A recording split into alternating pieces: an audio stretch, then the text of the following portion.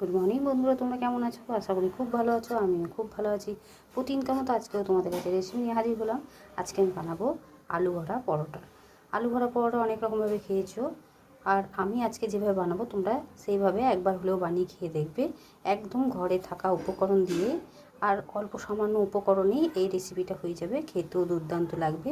চলো বেশি কথা না বলে কী কী উপকরণ লাগছে, কিভাবে বানাবো সমস্ত সব কিছু শেয়ার করে দেবো। তার জন্য দেখো আমি আটা ময়দা দুটো মিক্স করে মেখে নিয়ে আমি লেচি কেটে রেখে দিয়েছি, আর বেলবার জন্য একটু ময়দা নিয়ে নিয়েছি। এখানে নিয়ে নিয়েছি জিরে, ধনে আর মেথি পাতা একটু ভেজে নিয়েছি।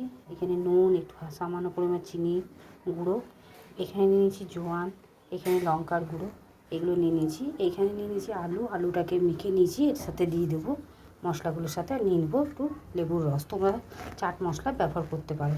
প্রথমে আমি আলুটাকে এই মশলার সাথে ভালো করে মেখে নেব। দেখো বন্ধুরা, আমি আলুটা খুব ভালো মতন মেখে চারটে মানে যতগুলো পরোটার করবো ততগুলো আমি আলুও গোল গোল করে লেচির মতন তৈরি করে নিলাম, আলু যাতে আটার ভেতরে পুরটা দিতে পারি। সেই আটা ময়দা যে মেখে তার ভেতরে আমি পুর দেবো, তাই আগে থেকে রেডি করে নিলাম। এবারে প্রত্যেকটা লেচিকে আমি বাটির মতন করে নেবো। এইভাবে আমি এক হাতে মোবাইল আছে বলে দেখাতে পারছি না। এইভাবে আমি প্রত্যেকটা ভেতরে লিচি করে মানে গর্ত করে বাটির মতন প্রত্যেকটায় পুরো ভরে নেবো। তারপর তোমাদের কাছে আমি ফিরে আসছি। দেখো বন্ধুরা, এই যে এরকম বাটি তৈরি করে নিলাম। এবার বাটি তৈরি করে নিয়ে মুখটাকে আমি আস্তে আস্তে এইভাবে, আমি এক হাতেই দেখাচ্ছি, এইভাবে বন্ধ করে নেব। এইভাবে বন্ধ করে নেব, একদম সহজ। দিয়ে এইভাবে গোল গোল করে আমি সমস্ত মানে সবগুলো আমি একইভাবে বানিয়ে নেব। পুরগুলো ভরে নিয়ে তারপর আমি বেলে নেব। দেখো বন্ধুরা, সবগুলো আমি পুর ভরে নিলাম। এখানে একটা বেলেও নিয়েছি। দেখো এইভাবে আমি পুর বলে এইরকম হাতে আলতোভাবে চাপ দিয়ে হালকাভাবে আমি বেলে নেব। বেলে নিলেই আমার মানে লুচির থেকে একটু বড় বেললেই হবে। এবার আমি কতগুলো বেলে নিয়ে তারপর তোমাদের কাছে ফিরে আসছি। দেখো বন্ধুরা, অনেকগুলো আমি বেলে নিয়েছি। এবারে আমি ভেজে নেব। তাওয়া চাপিয়ে দিয়েছি। তাওয়া চাপিয়ে দিয়ে আমি একটা দিয়ে দিলাম। এপিট উপিট করে হালকাভাবে সেঁকে নিয়ে আমি তেল দিয়ে দেবো, রিফাইন অয়েল। আর রিফাইন অয়েল দিয়ে করবে পরোটাটা, আলু ভরা পরোটাটা দারুণ লাগবে খেতে। এবার আমি এপিট ওপিট করে উল্টে নেব।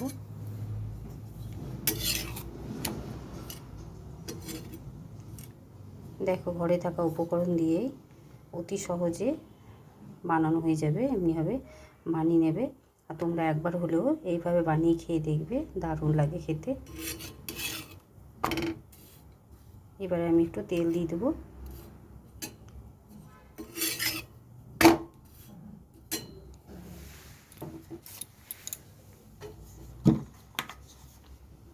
খুব সামান্য তেল দিলেই হয়ে যাবে। এই আলু ভরা পরোটায় খুব বেশি তেল লাগে না।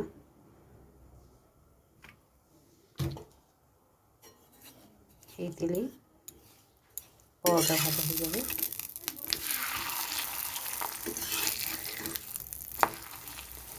এপিট ওপিট করে আমি খুব ভালো করে ভেজে নেব। দেখো কতটা ফুলছে।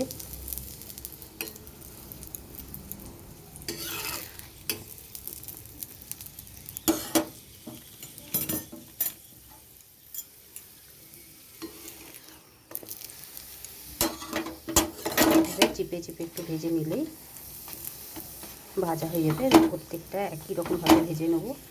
তোমরাও এইভাবে দেখো, অতি সহজে খুব অল্প সময়ের মধ্যে পরোটাটা করা হয়ে যায়, আর সম্পূর্ণ নিরামিষ। এভাবে তোমরাও বাড়িতে একবার হলেও বানিয়ে খেয়ে দেখবে, কেমন লাগছে অতি অবশ্যই জানাবে। দেখো বন্ধুরা, আরেকটা দেখিয়ে দিচ্ছি একইভাবে। দেখো খুব সামান্য তেল দিয়ে একই রকমভাবে আরও আরেকটা ভেজে নিচ্ছি। দেখো কতটা ফুলে উঠেছে, দেখতে কতটা ভালো লাগছে। এইভাবে আমি প্রত্যেকটা একই রকমভাবে ভেজে নেব, তারপর তোমাদের কাছে ফিরে আসছি। দেখো বন্ধুরা, প্রত্যেকটা পরোটা আমার তৈরি হয়ে গেছে। আর কতটা নরম তুলতুলে, দেখো একদম স্পঞ্জের মতন তুলতুলে, আর পুরো সব ফুলেছে। দেখলেই তোমরা এইরকমভাবে একবার হলেও বাড়িতে বানিয়ে খেয়ে দেখবে, আর কেমন লাগলো অতি অবশ্যই জানাতে ভুলবে না। আর ভালো লাগলে লাইক, শেয়ার এবং চ্যানেলটিকে সাবস্ক্রাইব করে দেবে, আর পরিবার পরিজনের সাথে শেয়ার করে দেবে। আজকের মতো এতটুকুই, কালকে আবার অন্য কোনো রেসিপি নিয়ে হাজির হব। সুস্থ থেকো, ভালো থেকো, তোমরা আমার বন্ধু হয়ে পাশে থেকো।